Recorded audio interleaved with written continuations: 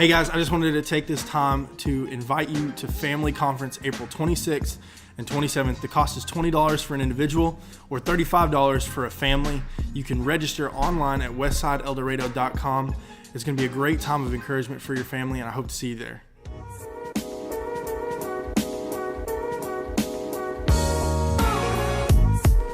Hey guys, welcome back to another episode of Sunday's Leftovers, where we take Pastor Cody's sermon from last week and we kind of dive deeper into it and really just kind of get to some things that maybe we didn't get to in the service. And so I'm Jake Hunter. I'm the student pastor at Westside Baptist Church, and with me is Cody Lane. He's the pastor. And so Cody, are you ready? What's up? I am absolutely ready. Cool. I'm excited. Excited, sweet. Yes. So just to kind of get us back into the mindset from Sunday morning, we've been in this series called Foundations, but specifically this past Sunday, what did we kind of go over?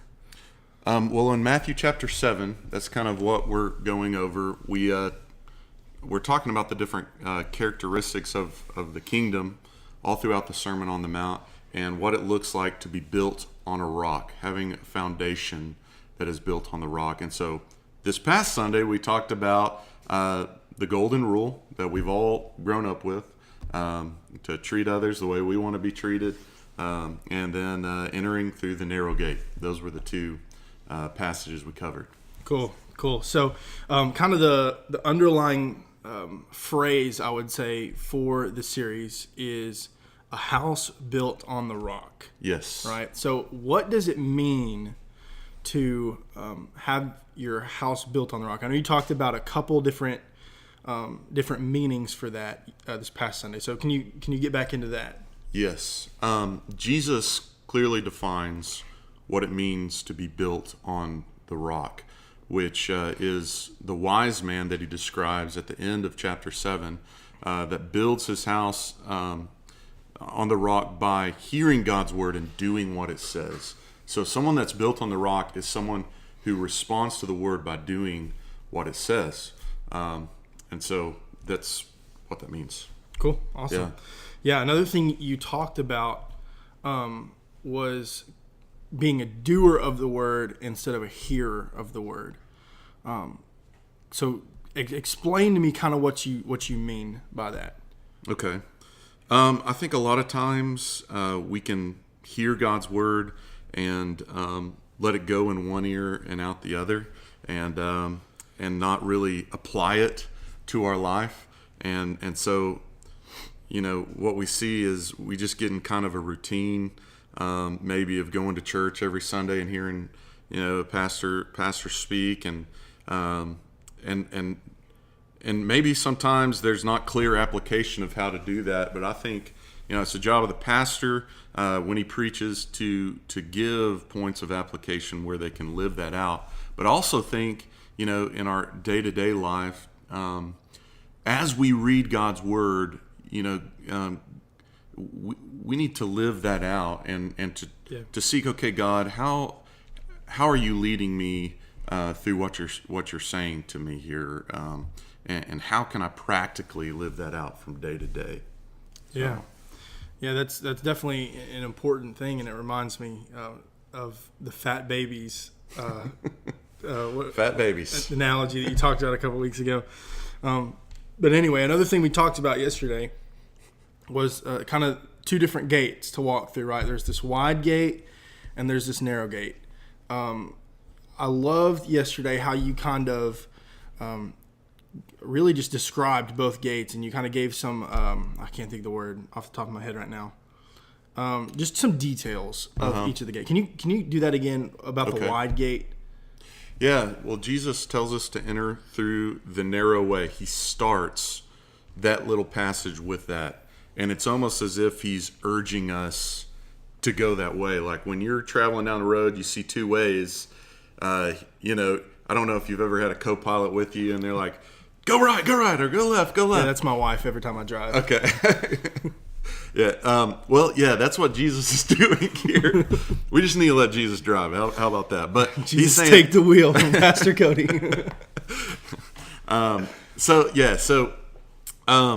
He's saying, go the narrow way. Yeah. You're getting that. It's imperative that we do that. And so The narrow way is a hard way. When you look at the two ways, it's the way that not very many people are going. Yeah.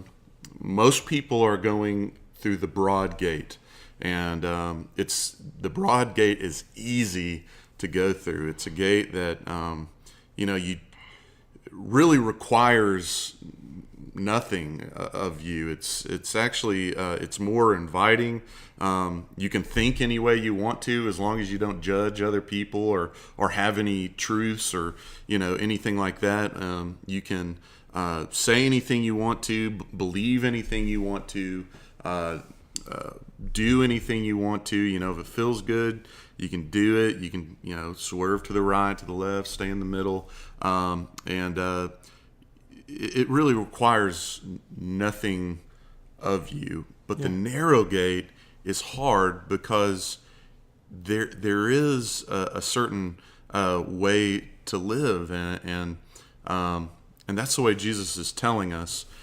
And a lot of times people don't take that is because they're not willing to let go of their so-called freedom, I guess it is. Yeah. Like, and they think it's freedom, but it's really bondage. It's really confining to live in a sinful way, and so Jesus is actually trying to free us and to bring us joy in life by telling us to take the narrow gate and to drop all those worthless things behind us, and to take His road. So yeah, man, that's good. So why do you think that the wide gate is so tempting for people?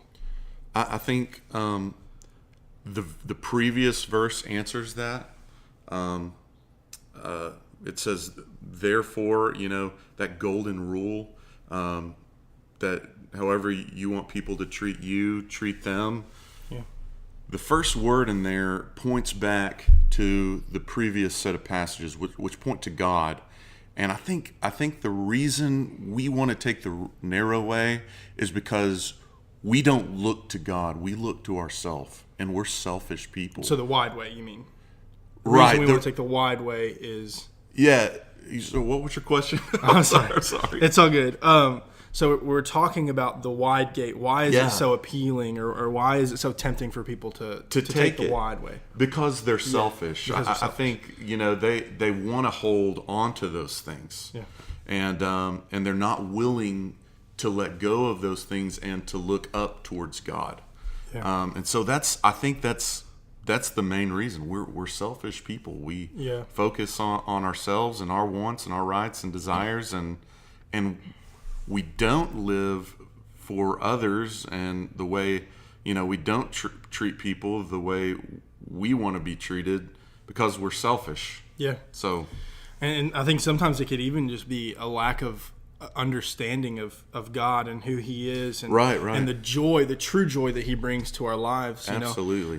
We kind of trade the grace of God and the love of God for these cheap loves in in people and in objects and money and maybe social status and so absolutely. The wide gate's easy, man. It's like an interstate. It's easy to jump on and just cruise forever, right? Yes. But the narrow gate, obviously, this is the one. It's less traveled. It's hard. It's difficult in some areas. But you mentioned how you kind of have to leave your baggage at the door or at the gate, right? Mm-hmm. So what did you mean by that? The broad way, you can take whatever you want to. You don't have to leave anything behind. But Jesus says, that His way is hard. When we see Him talking to the rich young ruler, He says, go sell everything you have, give to the poor, and then come follow me. Mm-hmm. He says things like, take up your cross and follow me. Well, the cross, represents suffering and death. And so it's hard. And so to leave your baggage behind means that you're leaving yourself, you're leaving your thinking and the worldly thinking, even the way you've been brought up to think. You're leaving your worldly desires and affections and behavior, your rights behind to follow God. And so that's really, really hard to do. But there's joy also in that, because there's forgiveness when we enter through that narrow gate. We can leave behind our past. We can leave behind the things that hold us, like sin, and give those things to Jesus. Those, I didn't get to mention that on Sunday, but those are also things that we leave behind. We don't have to live, in bondage to our past. We drop those things and we live in freedom for Christ, and there is freedom. It brings joy to us. Your original question was why it was hard. Is that? No. Okay. It was just talking about the baggage. Oh yeah. And leaving it there, and I think you touched that. Cool. That really well. It reminds me of Paul in really all of his writings, but more specifically, I think in Philippians, where he talks about, even if he has nothing, he still has everything because he has Jesus. Absolutely. And so it kind of makes me think of, you're leaving the material possessions at the door. You're leaving, or at the gate, I would say. Mm-hmm. You're leaving your material possessions at the gate. You're leaving your social status at the gate. You're leaving really your past identity and who you used to be, your old self. You're leaving that at the gate, and you're leaving that regret or the bondage that you talked about, and it's important for us to do that when we follow Jesus, because he has given us that freedom, and we're no longer a slave to maybe the sins that entangled us previously. Yeah. So anyway, that's all for now. Thank you guys for joining in. Be sure to check us out next week for more of Sunday's Leftovers.